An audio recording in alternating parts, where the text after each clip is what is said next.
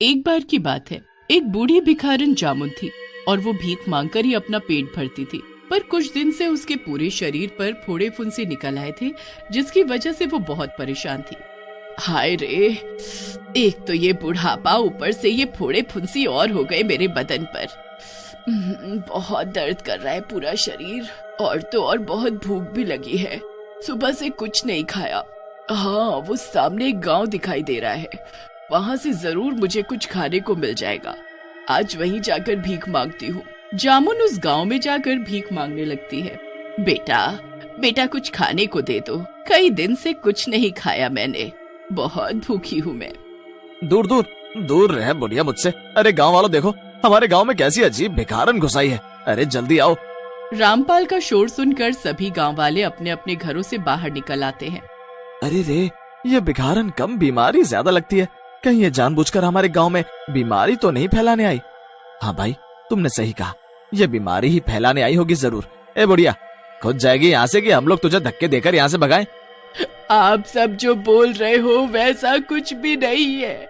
मेरी इस बीमारी से किसी को कोई नुकसान नहीं होगा।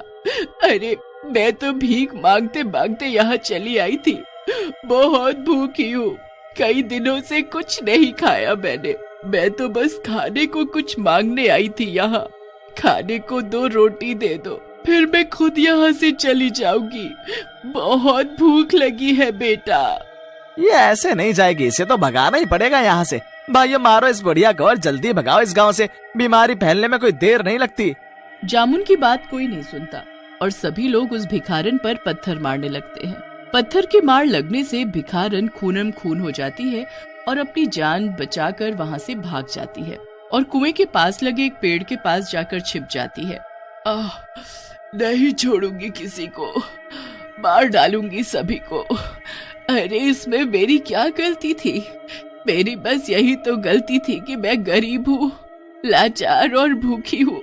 एक रोटी अगर मुझ बुढ़िया को खिला देते तो क्या चला जाता इनका।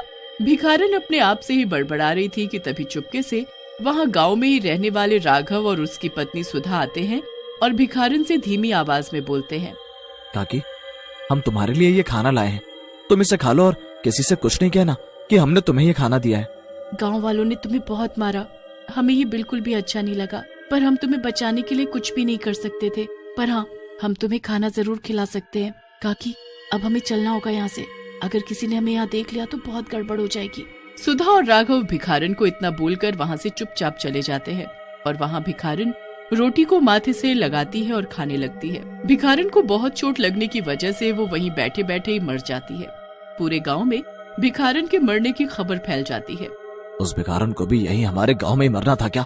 अब क्या करें उसका? कौन हाथ लगाएगा उसे? कौन करेगा उसका अंतिम संस्कार? भाइयों, मैं तो कहता हूँ कि इस बुढ़िया को वहीं पड़ा रहने देते हैं। उसकी गंध सूंघते ही जंगली जानवर उसे खुद ब खुद खा जाएंगे, किसी को कोई हाथ लगाने की जरूरत नहीं पड़ेगी। गांव वालों की बातें सुनकर सुधा और उसके पति राघव को बहुत बुरा लगता है, इसलिए वो दोनों आधी रात के वक्त उस भिखारन के पास जाते हैं और दोनों मिलकर उसे वहीं गड्ढे में गाड़ देते हैं। और गांव वालों को यही लगता है कि सच में उस भिखारन को जंगली जानवर खा गए। फिर रातों रात उसी जगह जहां भिखारन दबी थी, वहां एक बड़ा सा जामुन का पेड़ उग जाता है और उस पेड़ पर मोटे मोटे काले जामुन भी लबालब लद जाते हैं। उस पेड़ पर लगे जामुनों पर जब नट्टू की नजर पड़ती है तो उसके मुंह में पानी भर आता है और वो तुरंत जामुन के पेड़ पर चढ़ जाता है। पर पेड़ पर चढ़ते ही उसे वहाँ एक गुफा नजर आती है। नट्टू उस गुफा में घुस जाता है और वहाँ गुफा में एक बुढ़िया को देखकर चौंक जाता है। कौन हो तुम? और इस पेड़ पर, यहाँ गुफा में? मेरे तो कुछ समझ नहीं आ रहा है, ये सब क्या हो रहा है? पेड़ पर, गुफा में, ये बुढ़िया कैसे आई और ये यहाँ क्या कर रही है? ज्यादा दिमाग पर जोर डालने की कोई जरूरत नहीं, तुम बस इन जामुनों पर नजर डालो। देखो देखो, ये जामुन कितने रस भरे और मीठे मीठे हैं।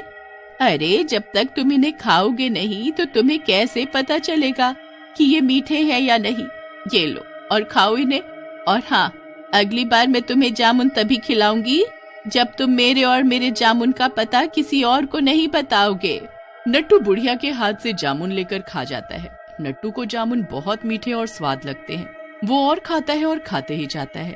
अब तो मेरा पेट भी भर गया, बहुत खा लिया मैंने, अब मुझे चलना चाहिए, पर मैं कल फिर आऊंगा जामुन खाने। तुम मेरे लिए कल भी रखना जामुन तोड़कर। नट्टू जामुन खाकर खुशी खुशी वहाँ से चला तो जाता है, पर घर पहुँचते ही उसके पूरे शरीर पर फोड़े निकलने शुरू हो जाते हैं और वो दर्द से तड़पने लगता है। और वहाँ पेड़ पर वो बूढ़ी औरत बहुत खुश हो रही होती है, क्योंकि नट्टू को ये नहीं पता था कि जिस पेड़ के जामुन वो खा गया वो पेड़ एक चुड़ैल का है और वो बूढ़ी औरत भी एक चुड़ैल थी। नट्टू के जाते ही बूढ़ी औरत चुड़ैल में बदल जाती है। अभी तो ये शुरुआत है, आगे अभी बहुत कुछ सहना बाकी है। मुझ चुड़ैल से बचकर कोई नहीं जा सकता। आओ आओ मेरे पास आओ और खाओ मेरे ये जहरीले जामुन। चुड़ैल अपने अगले शिकार के लिए ऊपर पेड़ से झांकने लगती है और जैसे ही पेड़ के नीचे से बिरजू जा रहा होता है तो चुड़ैल उसके ऊपर जामुन फेंकने लगती है। चुड़ैल पेड़ के ऊपर बैठी बिरजू के आने का इंतजार कर रही थी। तुम जैसे ही ऊपर आओगे मैं अपना रूप बदल लूंगी। तुम्हें कुछ पता नहीं चलेगा कि मैं कौन हूँ। और ये मेरे जहरीले जामुन मीठे नहीं दर्द भरे हैं। आखिरकार मैं इस पेड़ पर चढ़ी गया, पर शायद इस पेड़ पर कोई रहता है। कुछ घर जैसा दिख रहा है मुझे और वहाँ कोई बुजुर्ग औरत भी बैठी हुई दिख रही है। सुनो, कौन हो तुम और इस पेड़ पर क्यों रह रही हो? मेरी मर्जी, मैं कहीं भी रहूं। वैसे मुझे नीचे जमीन से ज्यादा ऊपर पेड़ की छांव अच्छी लगी, इसलिए यहाँ बस गई। यहीं रहती हूँ और ये जामुन खाकर अपना पेट भर लेती हूँ। ये तुम भी खाओ जामुन, बहुत मीठे हैं। तुम्हें तोड़ने की भी जरूरत नहीं, मैंने पहले से ही तोड़ रखे हैं।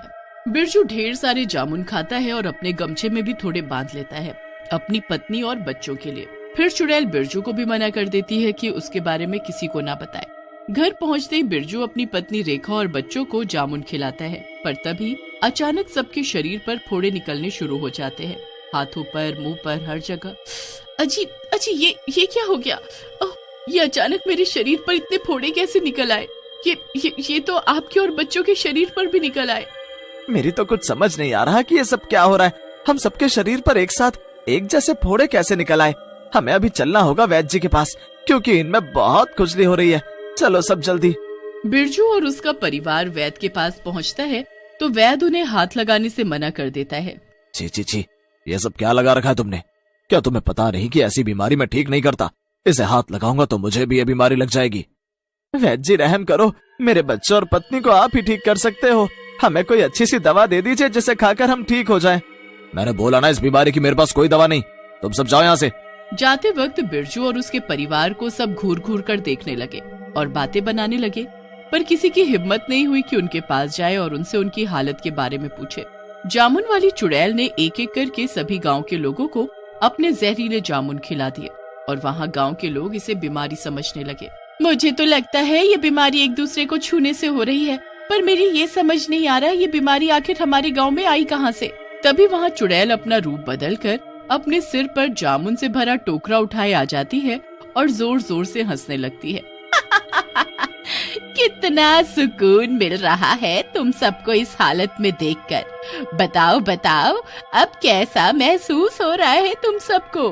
तभी वहाँ खड़े सभी लोग एक एक करके यही बोलते हैं कि उसने सभी को जामुन खिलाए। तभी उन सबको समझ आ जाता है कि ये सब बूढ़ी औरत की चाल थी और उसने ही उन सबका ये हाल किया है। पर उनके बोलने से पहले ही बूढ़ी औरत चुड़ैल में बदल जाती है। अब समझ आया कि मैं ऐसा क्यों बोल रही थी। एक दिन तुम सबने मुझे एक रोटी के लिए तड़पाया और पत्थरों से बहुत मारा और तुम लोगों से जान बचाकर मैं भाग गई। पर मरने से पहले एक भले पति पत्नी ने मुझे खाना खिलाया, मेरी तकलीफ को समझा। पर सुबह की किरण मेरे नसीब में नहीं थी क्योंकि मैं मर चुकी थी। हम सबको अपनी गलती का एहसास हो गया है, इसलिए हम सब तुमसे माफी मांगते हैं और ये वादा भी करते हैं कि कभी भी कोई भूखा हमारे दरवाजे पर आएगा वो भूखा नहीं जाएगा। गांव वालों की ऐसी बातें सुन चुड़ैल का दिल पसीज जाता है और वो सभी को माफ तो कर ही देती है, और फोड़ों से छुटकारा दिलाने का तोड़ भी बता देती है। उसके बाद गांव के सभी लोग बिल्कुल पहले जैसे हो जाते हैं।